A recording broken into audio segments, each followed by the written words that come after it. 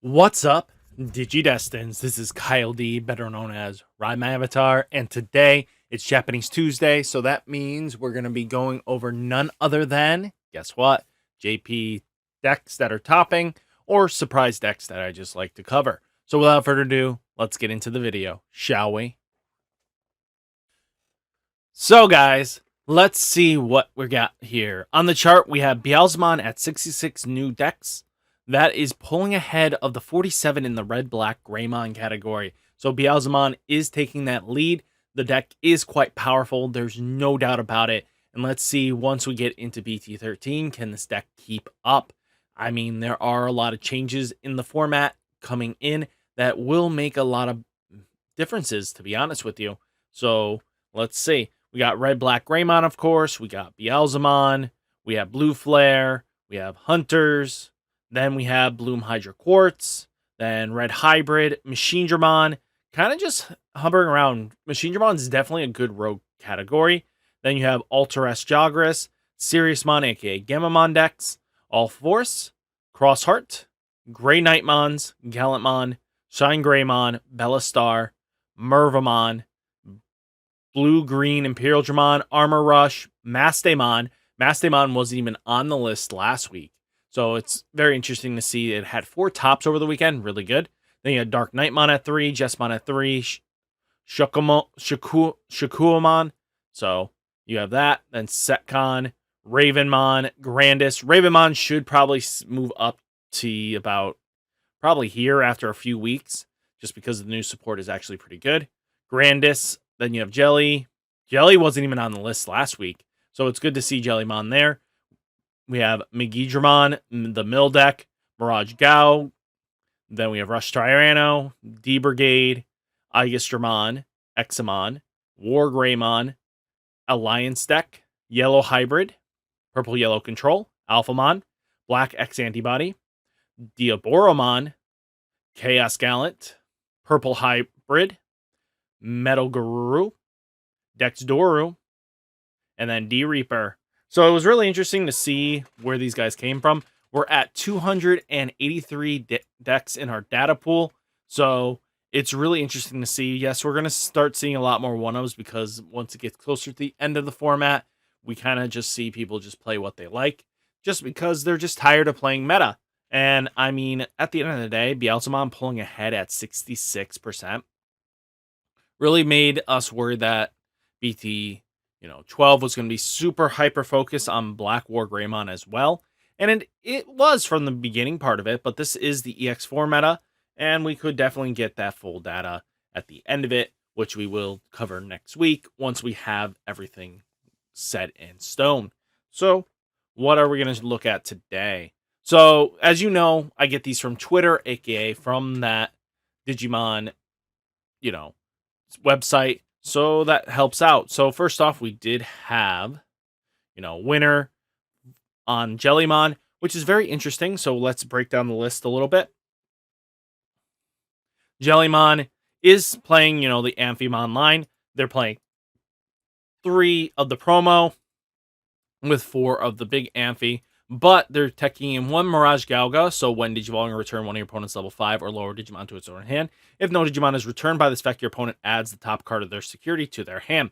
Controlling the board is really nice, especially being able to force them to draw cards, force their security out of it. Yes, the security could punish you, but hey, sometimes that's all you need. And then once per turn, when an effect adds a card to your opponent's hand, gain 1 memory for every 4 cards in your opponent's hand. This can help extend your plays because the deck really has a little bit of issue extending its plays. It needs this kind of support.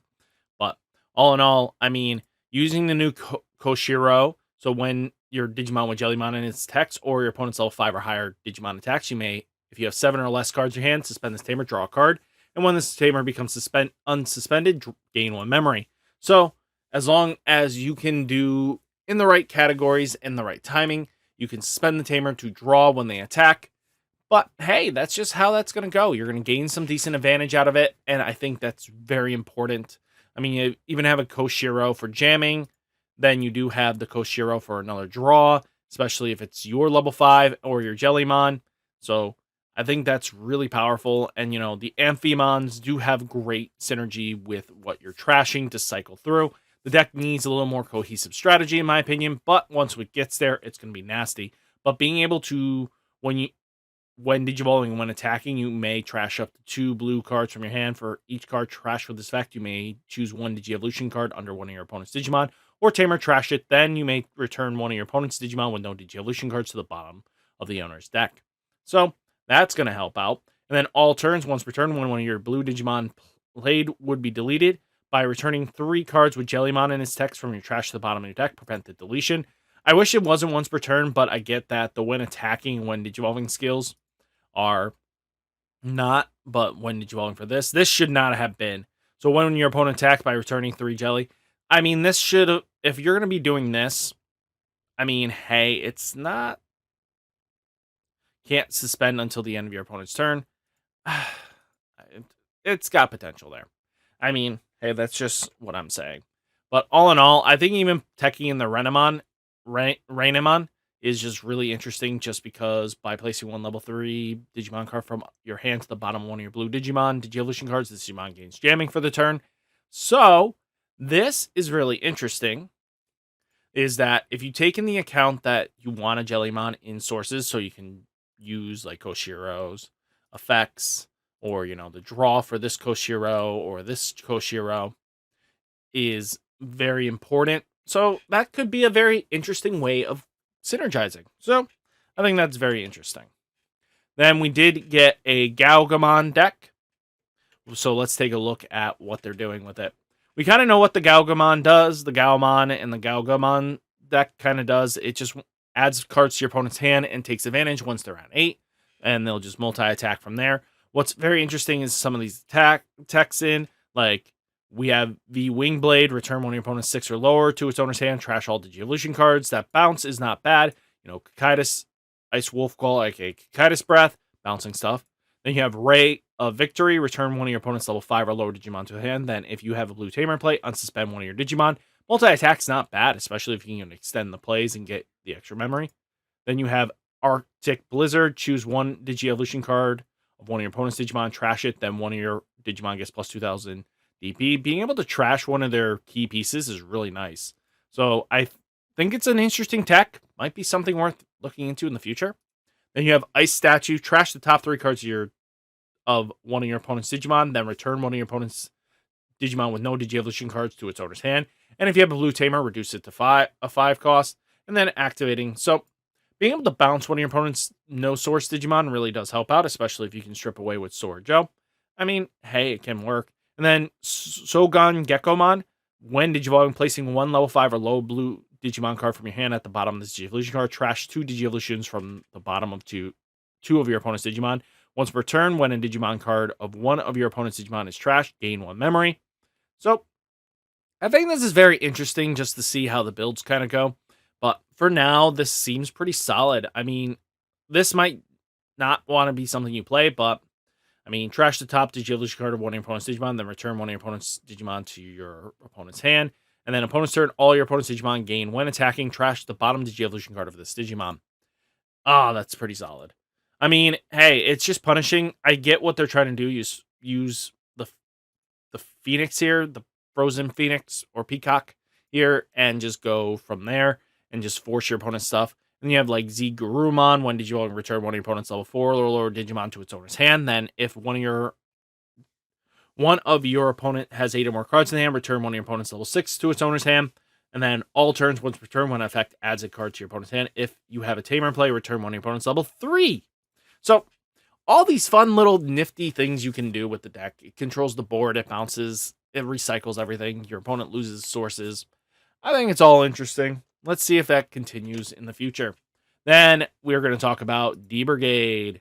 So, I mean, hey, I'm not D-Brigade. Mother D Reaper. Why am I going to talk about this? Well, this list seems very interesting in itself. I mean, let's take a look here. So, we obviously know what the D Reaper stuff does.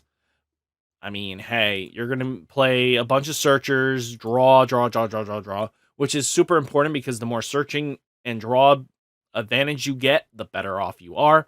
And I mean, hey, it comes in for one cost. It's easier to choke your opponent. Then you have like X program, delete one of your opponent's Digimon without X antibody and its traits. Then, if you have 3 or more Digimon in play, delete all Digimon without X antibody and its traits instead.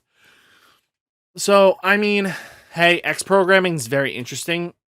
But we're they're kind of leaning off X antibody stuff. Time it can kill something, but I don't know how that works when we have X antibody decks still running around a bit. But we have Death Xmon, you know, Searcher, you have Pendulum Feet being Pendulum Feet, searching the top 3, trying to get you more Searchers, Bubbles placing Searchers underneath, just the turbo into Reaper itself, which is your OTK potential, because as long as you can do like 8-20 attacks, just 6 attacks with Reaper in a turn, your opponent's kind of just screwed. You have like Gatekeeper to be preventative, but the problem comes into is that she can be swung in with Raid, and she can be swung into with, you can attack an opponent's Digimon. So, unsuspended Digimon, that effect. So, that is just kind of where you're going to be at. What I think about these is that we have a lot of potential, and hopefully this means a lot of potential in the future. Guys, what did you think of this week's list? Let me know down in the comments. Hopefully you enjoyed the video. Hit that like button, hit that subscribe button. I'll catch you in the next one. Stay safe, stay healthy, and peace.